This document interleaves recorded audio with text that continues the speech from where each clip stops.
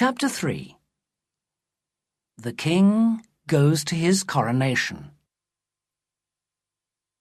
I do not know how long I was asleep, but when I woke up, I was cold and wet. Sapt and Fritz stood there looking at me. "We had to wake you," Sapt said. "Cold water was the only way." Fritz took my arm and turned me round. "Look," he said. The King was on the floor, and when Sapt pushed him with his foot, he did not move. "We've been trying to wake him for half an hour," said Fritz, "but he's sleeping like a dead man." The three of us looked at each other. "Was there something in that last bottle of wine?" I asked. "I don't know," Sapt said. "But if he doesn't get to his coronation today, there'll never be a coronation for him. All Ruritania is waiting for him in Strelsau, and Black Michael with half the army too. We can't tell them that the king is too drunk to go to his own coronation." "You can say he's ill," I said. "Ill?" Sapt laughed angrily. "Everybody will know what that means. He's been ill too many times before." "Tell me, do you think somebody put something in his wine?" I asked. "It was Black Michael," Fritz replied. "We all know he wants to be king himself." For a moment or two we were all silent, and then Sapt looked at me. "You must go to Strelsau and take his place." I stared at him.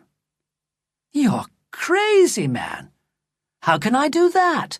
The king—" "It's dangerous, I know," said Sapt, "but it's our only chance. If you don't go, Black Michael will be king, and the real king will be dead or a prisoner." How could I refuse?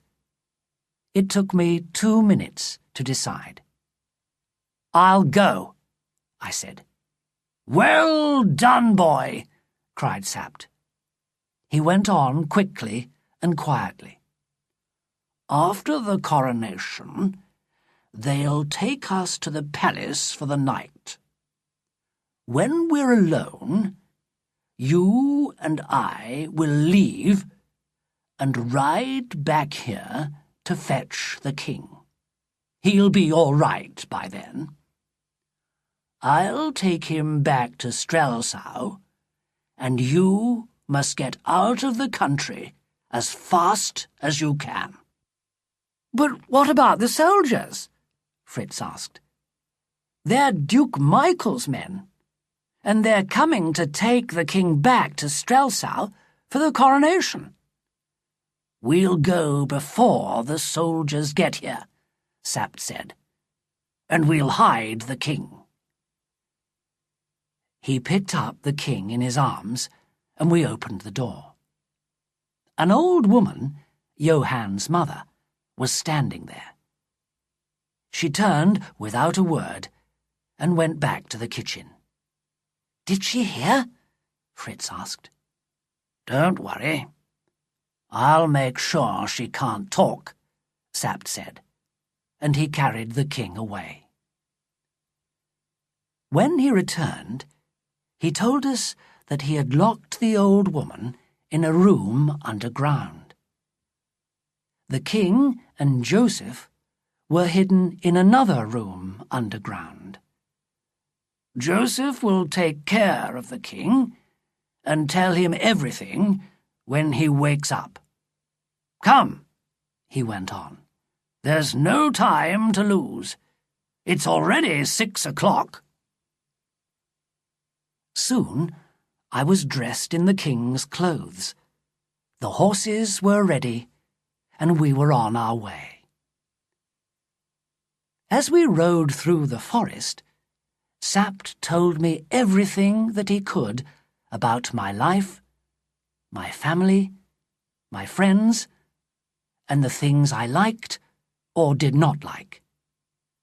He told me what to do when we got there, and how to speak to different people.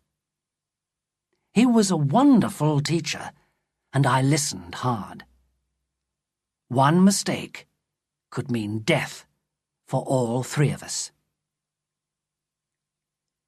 It was 8 o'clock when we arrived at the station and got on the train, and by 9:30 we were in Strelsau.